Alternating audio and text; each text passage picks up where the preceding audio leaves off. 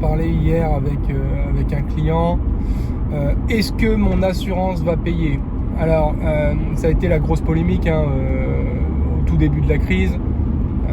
Forcément, les uns et les autres espéraient que les assureurs fassent jouer les contrats et prennent à leur charge les pertes d'exploitation, etc.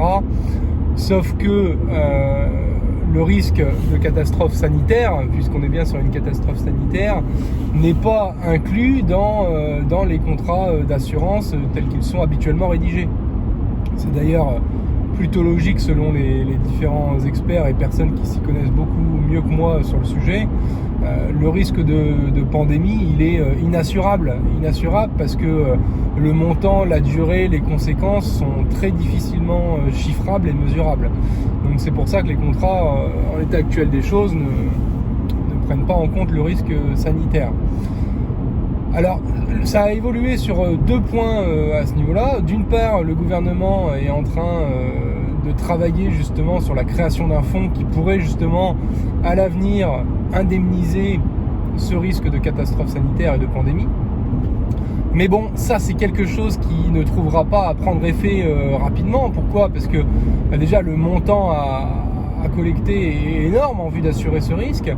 Et comme je le disais juste avant, ce fonds il est en train d'être créé, donc il n'a pas été doté. Et le principe de l'assurance, même si je ne suis pas un expert dans ce domaine-là, c'est je collecte des primes pour derrière rembourser si le risque se réalise. Or, sur ce fonds spécial qui est en train d'être créé, pour l'instant, il n'y a pas eu de prime, il n'y a pas eu de dotation. Donc, il sera certainement efficient et efficace et on pourra l'utiliser plus tard. Ça, c'était le premier point. Le deuxième point, il y a eu des initiatives, initiatives qu'on ne peut que saluer. Après, il y a eu quand même une grosse pression de la part du gouvernement. Les assureurs ont dans un premier temps déjà doté le fonds de dotation 1500 euros à hauteur de 200 millions si je me souviens bien. Et on a aussi certains assureurs, en l'occurrence Crédit Agricole, Crédit Mutuel pour ne pas les citer, qui ont de leur propre chef débloqué une enveloppe visant à indemniser leurs clients qui auraient souscrit un contrat perte d'exploitation.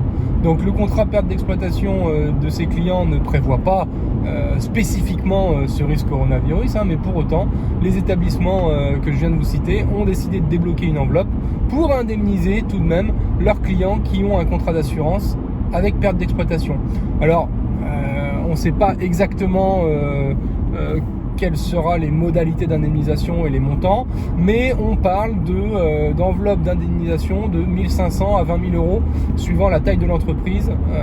Voilà. Le chiffre que je peux vous citer également, j'ai une entreprise qui fait environ 400 000 euros de chiffre, à peu près 50 000 euros de résultats à la fin de l'année en bas. On va avoir une indemnisation potentielle de l'ordre de 5-6 000 euros. Voilà, au niveau de la perte d'exploitation, et ça sera versé par la banque assureur. Voilà pour vous donner une petite ordre d'idée et donc un point intéressant à suivre sur les prochaines semaines.